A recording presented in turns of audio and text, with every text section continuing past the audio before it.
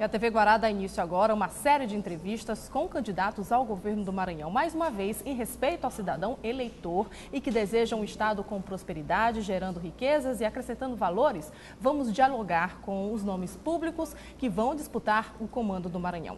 Nós queremos mostrar aqui, neste espaço democrático, que somos capazes de contribuir com a sua avaliação sobre os 6 candidatos que disputam esta vaga.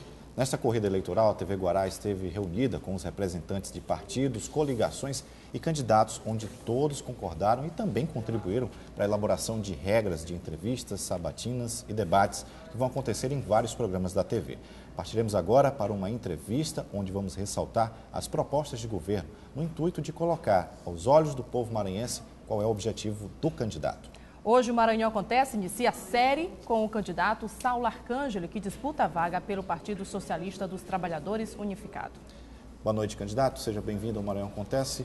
Boa noite. Qual seria a linha de trabalho que o candidato Saulo Arcângelo vai desenvolver nessa campanha para a sucessão eleitoral? Bem, boa noite a todos os telespectadores do Maranhão Acontece. Iniciamos a nossa campanha eleitoral, né, pelo PSTU, colocando para a necessidade da população desse estado, né, de se organizar e fazer um processo de luta. A eleição é uma etapa que nosso partido cumpre, principalmente nesse estado, né, um estado de grandes desigualdades sociais, um estado onde nós temos uma extrema pobreza, mais de 25% da população vive com menos de R$70 por mês, né? Um estado onde o modelo de desenvolvimento é um modelo de desenvolvimento para as grandes empresas, né? Para o agronegócio, para o latifúndio, e os trabalhadores que são responsáveis pela riqueza produzida nesse estado, né, não recebem os frutos desse trabalho. Então, a nossa tarefa na campanha é colocar a necessidade dessa organização da população, colocar as nossas propostas, o nosso programa, né? Nosso programa socialista, o nosso programa do PSTU para resolver as questões imediatas da população do nosso estado. Candidato, essa não é a primeira vez que o senhor concorre a essa mesma vaga. O que o senhor vê de diferente nessas eleições? Como o senhor deve sair, então, diferente, para que saia vencedor nesse processo?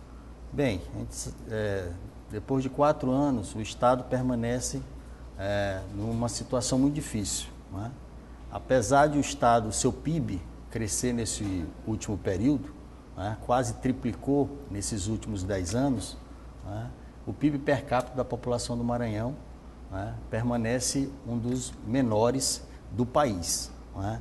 Então nós aumentamos a desigualdade do nosso estado, né? Hoje o estado não produz, né? O nível de formalização do trabalho no Maranhense é quase 50% apenas, né? Se a gente andar pelo interior do Maranhão, quase 30% da população tem que sair do estado, né? Porque não tem trabalho, né? E muitas vezes para o trabalho escravo, né? Ano passado, inclusive, os resgates do Ministério do Trabalho, 25% eram maranhenses, né? O que demonstra que o estado não tem geração de renda. As grandes empresas chegam aqui, né, como a Lumar, como a Vale, né, como a Suzano hoje, né? A Suzano, inclusive, recentemente eu fui em Parnarama, né? São quase 10 mil hectares de plantação de eucalipto, né? Expulsou a comunidade que produzia, né? E a alimentação de Parnarama tem que vir de Teresina, né? Então é um estado que não produz, é um estado onde as grandes empresas e o latifúndio expulsam os trabalhadores e principalmente vêm para a capital, né? E aí transformam o estado, né, aumentando as suas desigualdades, né? Aumenta a criminalização, aumenta o uso de droga por falta de programas de trabalho e de renda para essa população. Você elencou aí alguns problemas aqui que a gente passa pelo estado do Maranhão, segundo a sua visão. O programa de governo do Saulo Arcângelo, do PSTU, contempla todas essas discussões que o senhor levantou, esses problemas? É possível resolver em 4 anos esses problemas? Não, em 4 anos não, mas eu acho que a gente tem que mudar esse modelo de desenvolvimento, né? Por exemplo, em relação à educação, nosso estado, 21% da população, né, é analfabeta, né? E o governo da Rosiana Sarney, em 2014, né, reduziu, né, os gastos em relação à educação. Por exemplo, combate ao analfabetismo. O governo só gasta R$250 mil em 2014, no orçamento de 2014, para combater o analfabetismo. Nós, inclusive, tendo 21% da população de mais de 10 anos analfabeta. No mandato que Rosiana assumiu em 2009, era menos, inclusive era 19%. Passou esses anos todos e aumentou o nível de analfabetismo. E o governo permanece sem investir na educação. Então nós temos que investir na educação, gastar pelo menos 10% do PIB, né, que hoje está em torno de 55 bilhões, o PIB do Maranhão, 10% pelo menos para a educação, investir realmente nos professores, na valorização. O Maranhão tem os piores indicadores em relação a condições de trabalho, os piores indicadores em relação à infraestrutura das escolas. De 8 a 10 escolas do Maranhão, né, funcionam com o mínimo possível. Não tem um computador, né, não tem um DVD, não tem um laboratório. Por exemplo, teve uma pesquisa das 13 mil escolas pesquisadas, né, 2 mil escolas ainda funcionam em galpão, né, ainda funciona de forma precária. Então a gente tem que dar uma mudança na educação do Maranhão, investindo na educação, investindo nos profissionais, fazendo concurso público, parar de fazer contratações temporárias, terceirização, né? A saúde do Maranhão, que permanece num estado muito ruim, né? Nós temos o menor nível de médio por habitante, 0,58 a 1.000 habitantes, e o Maranhão há mais de 20 anos não faz um concurso, né, para a área de saúde, que é muito importante. É bom ter hospital, mas tem que ter hospital estruturado, não é hospital que se faz aí de uma hora para outra para tentar acabar a eleição e criar quanto mais hospitais. Se você não tiver um hospital que pega de média, de alta complexidade e ter concurso para os profissionais, você não vai avançar também na saúde. A questão... Candidato, desculpa, vamos ser práticos. Em relação à distribuição, o senhor falou ainda há pouco, 10% vai para a educação. Como é que o senhor planejaria, então, essa planilha de pagamento, de divisão aqui dentro do estado do Maranhão? Não, você tem que investir primeiro na educação. 10% da educação, né? Segurança seria quanto, mais ou menos? Saúde em torno de 6%. Né? Em relação à segurança, nós temos que ampliar, né, para no mínimo 5% da segurança, porque o Estado, inclusive, recentemente reduziu, né, os valores para a segurança pública. Nós sabemos que é um problema crônico no nosso Estado e teve uma redução no orçamento com segurança. Né? E não adianta, inclusive, ficar comprando viatura, helicóptero, que não tem nem policial para entrar numa viatura e no helicóptero, né, no estado do Maranhão. Né? O investimento tem que ser na segurança preventiva. Né? Nós sabemos da triste realidade dos presídios do estado do Maranhão, né? Inclusive as últimas mortes que aconteceram, mais de 70 mortes no último período, que demonstra a falta de um investimento na segurança, a falta de uma segurança preventiva, não uma segurança repressora. Infelizmente, o Estado só utiliza a segurança repressora. Os bairros da periferia hoje, o único serviço do Estado é a polícia reprimindo. Né? A gente vê uma situação precária dos bairros. Então, a gente tem que investir na segurança preventiva. Né? Temos que também formar os profissionais. Nós precisamos também de fortalecer os conselhos comunitários de segurança que não funcionam.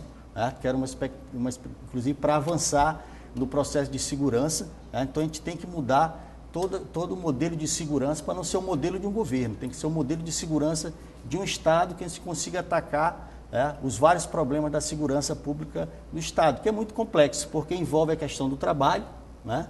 Envolve a questão da renda, o desemprego, que é enorme na nossa cidade. O senhor ainda há pouco falou sobre produção local, né, produção no interior do Estado. Algumas cidades o senhor mencionou que deixaram de produzir.